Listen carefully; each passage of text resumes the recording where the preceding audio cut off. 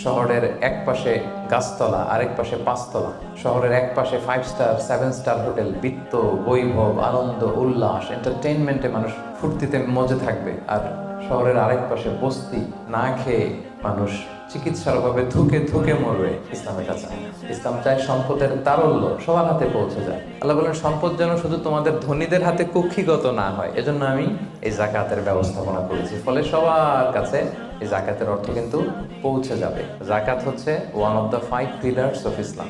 ইসলামের 5টা ভিত্তির একটা। 3 নাম্বার ভিত্তি, প্রথমে ঈমান, তারপরে সালাত, তারপরেই জাকাত। একটা তাঁবুর 5টা খুঁটি থাকে। এই তাঁবুর 5টা খুঁটিকে যদি ইসলামের 5টা পিলারের সাথে তুলনা করি, তাহলে মাঝখানের খুঁটিটার নাম জাকাত। মাঝখানের খুঁটি না থাকলে যেমনি তাঁবু উঁচু হয়ে দাঁড়াতে পারে না, তেমনি জাকাত ভিত্তিক অর্থ ব্যবস্থা না হলেও মুসলিম উম্মাহ মাথা উঁচু করে দাঁড়াতে পারে না। যেমন এখন আমাদের জাকাত ভিত্তিক অর্থ ব্যবস্থা নাই, ফলে গোটা বিশ্বে আমরা কিন্তু ওইরকম নেতৃত্ব স্থানীয় বা উন্নতির একেবারে শীর্ষ স্থানে ওই পর্যায়ে কিন্তু আমরা যেতে পারি নাই, কারণ জাকাতের যে ডাইনামিজম এটাকে আমরা কাজে লাগাই।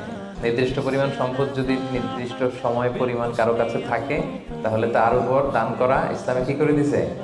ফরজ। অন্য কোনো ধর্ম দানকে ফরজ করেনি, উৎসাহ দিয়েছে সব ধর্ম, কিন্তু ইসলাম এক্ষেত্রে ইউনিক। ধনীদের সম্পদে গরিবদের অধিকার আছে, এবং ইসলাম বলে আপনি দান করে জাকাত দিয়ে মোটেও যাকে দিলেন তার প্রতি করুণা করেন। এটা তাদের প্রতি কিন্তু দয়া না।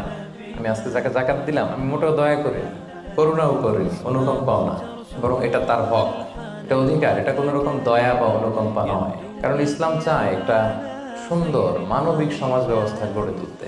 এই জাকাত কিন্তু যাদের উপর ফরজ হয়েছে, এটা আপনাকে আদায় করতেই হবে, এখানে কোনো ছাড় নেই। এবং এটা গরিবদের অধিকার, এটা সোশ্যাল সিকিউরিটি নেট, যাতে সকলের কাছে অর্থের তারল্য পৌঁছে যায়। এজন্য আল্লাহ তাআলা জাকাতকে ফরজ করেছেন।